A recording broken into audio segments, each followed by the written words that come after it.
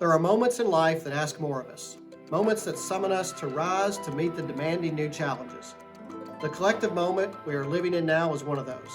As we continue our fight against COVID-19, I have been inspired by our healthcare workers' unwavering dedication to our patients and our community. And we have been inspired by you, our community members who are encouraging us every step of the way. Thank you.